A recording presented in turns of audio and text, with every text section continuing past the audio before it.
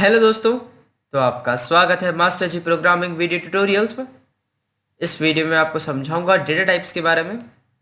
Data types क्या होते हैं तो सबसे बेसिक से बता रहा हूँ। अगर आपने सी प्लस प्लस पढ़ रखी है तो आपको पता होगा कि डेटा टाइप्स क्या होते हैं, सिमिलर होते हैं जावा में भी। पर अगर आप बिल्कुल नए हैं प्रोग्रामिंग की उसमें और सबसे पहले आप जावा लैंग्वेज ही सीख रहे हैं तो कोई प्रॉब्लम की बात नहीं है। मैं आपको समझाऊंगा कि डेटा टाइप्स क्या होते हैं। तो data types type of data होता है। जैसे कि 10 एक इंटीजर वैल्यू है जो कि आपको पता है। तो एक इंटीजर वैल्यू को हम हमें पता है कि हम एक इंटीजर वैल्यू इनपुट देने वाले हैं, पर आपके कंप्यूटर को नहीं पता है ऐसा कुछ कि हम एक इंटीजर वैल्यू का इनपुट लेने वाले हैं। तो उसको बताने के लिए हम एक डेटा टाइप लिखेंगे इंट। इंट इंडिकेट करता है इंटीजर को। उसकी कुछ रेंज होती है कि वो इस वैल्यू से लेकर इस वैल्यू तक ही वैल्यू स्टोर कर सकता है, उसके बाद वो वैल्यू स्टोर नहीं कर सकता उससे ज़्यादा डिजिट्स की। तो इसलिए और बड़ी बड़ी वैल्यूज़ के लिए हमने डबल इंटीजर रियल नंबर को स्टोर करता है। तो ये कुछ चीज़ें हैं, डिफरेंसेस हैं। Integer, double, float, character, string, ये 5 मेन होते हैं जिनको हम रेगुलरली यूज़ करते हैं। बाकियों का इतना यूज़ नहीं आता है। तो सबसे पहले हम क्या करते हैं कि एक प्रोग्राम से आपको ये समझा देते हैं तो आपको सब कुछ क्लियर हो जाएगा बहुत आसानी से। तो हम सबसे पहले स्टार्ट करते हैं, एक वेरिएबल लेंगे। वेरिएबल वो, फिर मैं आपको बता दूं कि वेरिएबल क्या होता है। वेरिएबल को ही हम उसको ही हम डेटा टाइप असाइन करते हैं, उसी वेरिएबल को। वेरिएबल एक लोकेशन होती है मेमोरी के अंदर जिसका नाम वो वेरिएबल का नाम होता है। वो लोकेशन को हम इंडिकेट करते हैं उस वेरिएबल के नाम से। जैसे कि 10 है तो a इज इक्वल टू 10 कर देंगे तो हमें 10 को लिखना नहीं पड़ेगा, हम a के उससे 10 का यूज करेंगे। तो a जो है वो स्टोर कर रहा है 10 वैल्यू को। तो ऐसे ही हम क्या करेंगे, सबसे पहले असाइन करेंगे एक इंटीजर a। तो जो a हो गया है वो हमारा एक वेरिएबल हो चुका है जो इंटीजर टाइप का है, उसमें वैल्यू दे दी है हमने 10। उसके बाद सेमीकोलन लगाना ना भूलिए, हर स्टेप के बाद आपको सेमीकोलन लगाना पड़ता है। सेमीकोलन का मतलब होता है टर्मिनेटिंग, तो वो उस स्टेप को टर्मिनेट करके नेक्स्ट स्टेप पर जाएगा आपका कंपाइलर। जब कंपाइल करते हैं, कंपाइलर क्या करता है कि जो भी आपका कोड है, जो भी आपने कोड लिखा है एक जावा लैंग्वेज के अंदर, वो कन्वर्ट करेगा उसको source code to byte code. Byte code मैंने आपको स्टार्टिंग में बताया था, तो वो बाइट कोड में उस चीज़ को कन्वर्ट करेगा और फिर वो उसके बाद मशीन में कन्वर्ट होगा, मशीन लैंग्वेज कोड में। उसके बाद हम डबल टाइप का एक डी वेरिएबल ले रहे हैं जिसकी वैल्यू 123.45 दी है। उसके बाद सेमीकोलन लगाना ना भूलिए, जैसे मैंने बताया आपको। उसके बाद एक मैं फ्लोट टाइप का वेरिएबल ले रहा हूँ एफ, उसकी वैल्यू ले रहा हूँ मैं 12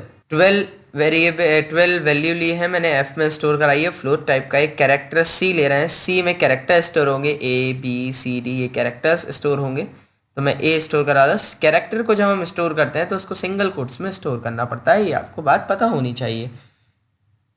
और स्ट्रिंग एस टाइप की ले रहा हूँ, उसके अंदर हम कोई भी नाम स्पेस के इंक्लूडिंग लिख सकते हैं। तो मैं यहाँ पे लिख रहा हूँ मास्टर जी। तो ये हो गया हमारे 5 टाइप के वेरिएबल्स, उनके अलग अलग डेटा टाइप्स। अब इनको हमें प्रिंट कराना है, तो प्रिंट कराने के लिए जो मैंने पिछले उसमें यूज़ किया था वही हम यहाँ पर यूज़ करेंगे, system.out.println। और उसके बाद एक मैसेज देंगे। तो जो डबल कोट्स में लिखा रहता है वो एज इट इज प्रिंट हो जाता है। जैसे पिछली बार मैंने बताया था आपको, hello world as it is print हो चुका था। तो अब हम वैल्यूज़ को एज इट इज प्रिंट कराएंगे। अब ये नई चीज़ कर रहा हूँ मैं, क्या कर रहा हूँ कि मैंने एक वैल्यूज़ को प्रिंट करवा दिया एज इट इज, जैसे हेलो वर्ल्ड कराया था।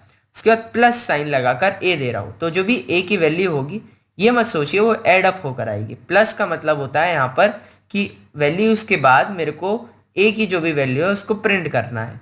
तो वैल्यूज़ 10 आना चाहिए, स्पेस नहीं आएगी क्योंकि वैल्यूज़ के बाद कोई भी स्पेस नहीं है। जैसा कि आप देख सकते हैं डबल कोट्स के अंदर कोई भी स्पेस नहीं है। Space as a character include की जाती है लैंग्वेजेस में। तो मैं उसको कॉपी पेस्ट कर लेता हूँ उस लाइन को, और नेक्स्ट लाइन में अब मेरे को वैल्यू प्रिंट करनी है डी की। अब आप सोच रहे होंगे कि अगर डी की वैल्यू मेरे को प्रिंट करनी थी तो मैं वहीं पर प्लस डी नहीं कर सकता था क्या? नहीं कर सकता था। उसको मैं आगे बताऊंगा वो क्यों नहीं कर सकते थे हम। मैंने ये 4 बार कॉपी कर लिया जिससे मैं अलग अलग वैल्यूज़ को प्रिंट करा सकूँ। पहले डी, एफ, सी और उसके बाद एस। तो ये अलग अलग वैल्यूज़, एल एन का मतलब मैंने बताया था जैसे लाइन चेंज करता है वो, मैं प्रिंट कर रहा हूँ। देखिए एरर तो एक भी नहीं है यहाँ पर, ये आप देख सकते हैं नीचे प्रिंट आया है। सबसे पहले आई है वैल्यूज 10, जैसे मैंने बताया था स्पेस नहीं आएगा। फिर 1 2 3 बार डी की वैल्यू प्रिंट हो चुकी है। फिर एफ की वैल्यू 12.0। अब मैं आपको बता दूं, ये थोड़ी सी कुछ समझने वाली चीज़ें हैं। इंटीजर वैल्यूज़ ही लेता है, डबल जो है वो रियल नंबर्स लेता है, फ्लोट जो है वो डेसिमल नंबर्स ही लेता है। जब आप डेसिमल नंबर देंगे तो वो डेसिमल नंबर्स में ही लेगा, पर अगर आपने इंटीजर वैल्यू दी उसमें तो वो उसको डेसिमल में कन्वर्ट कर देगा। ये होता है ऑटोमेटिक टाइप कन्वर्जन। तो वो 12 को उसने 12.0 में अपने आप ही कन्वर्ट कर दिया। तो यहाँ पे 12.0 प्रिंट होकर आया, उसके बाद A as it is print हो गया, master ji as it is print हो गया है। अब मान लीजिए आप यहाँ से एल एन हटा दीजिएगा। एल एन हटाने से क्या होगा कि नेक्स्ट लाइन पर नहीं जाएगा कर्सर, और उसी लाइन पर वो एस की वैल्यू प्रिंट कर देगा। तो यहाँ पे आप देख सकते हैं ए मास्टर जी प्रिंट होगा, या क्योंकि सी की वजह से ए प्रिंट हुआ और उसके बाद लाइन चेंज नहीं हो पाई तो एस की वैल्यू मास्टर जी प्रिंट हो चुकी है। उसके बाद अब मान लीजिए मैंने क्या किया, यहाँ पर मैंने क्या किया कि जो एफ था मैंने उसको आउटपुट नहीं लिखा है, मैंने डायरेक्ट एम्प्टी स्टेटमेंट लिखा है system dot print L N और राउंड ब्रैकेट, बस और कुछ नहीं। इसका मतलब क्या होगा कि हमें मेरे को एक लाइन छोड़कर प्रिंट करना है स्टेटमेंट को। तो एक लाइन आप देख सकते हैं डी के बाद एक लाइन छूट चुकी है, उसके बाद सी की वैल्यू प्रिंट हुई है और एल एन नहीं था, उस वजह से एस डायरेक्टली उसी लाइन में प्रिंट हो चुका है।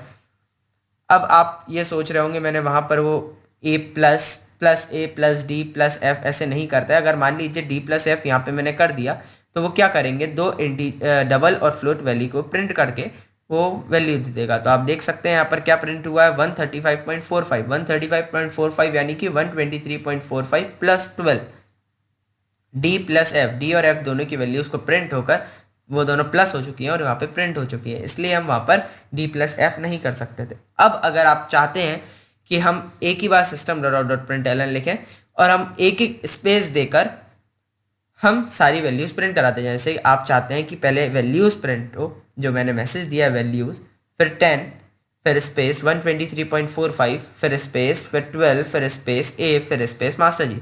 और ये एक ही लाइन में है, अलग अलग लाइन में जैसे अभी आ रहा है वैसे ना आए।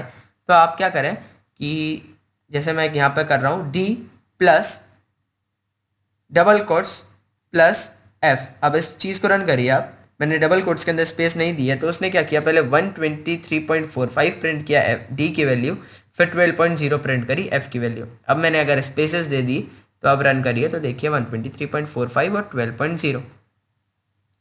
तो ये कुछ चीज़ें होती हैं जो कि मेनली आउटपुट करते समय आपको पता होनी चाहिए, जिससे कि आप अपने आउटपुट को उस तरीके से मैनिपुलेट कर पाएँ और बेहतर तरीके से आपको आउटपुट समझ में भी आए। तो ये था एक सिंपल सा प्रोग्राम जिसमें मैंने आपको बेसिक डेटा टाइप्स के बारे में बताया। इन डेटा टाइप्स को मैं आगे बहुत अच्छे से यूज़ करके बताऊंगा आपको, और आगे आगे जैसे जैसे छोटी छोटी चीज़ें जो छूटती जाती हैं पीछे वो मैं प्रोग्राम के साथ आपको बताता जाऊँगा। अब बात आती है एक नई चीज़ की, वेरिएबल्स भी बहुत टाइप के होते हैं। स्टैटिक वेरिएबल होता है, इंस्टेंस वेरिएबल होता है और लोकल वेरिएबल होता है। तो ये सब चीज़ें अगर मैं अभी आपको बताने बैठ गया तो आपका जो वीडियो है वो बहुत लंबा हो जाएगा।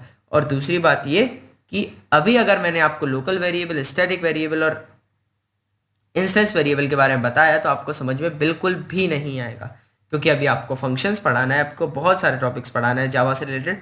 तो जब मैं वो आपको पढ़ा दूंगा उसके बाद हम इन टाइप्स ऑफ वेरिएबल्स के बारे में बात करेंगे।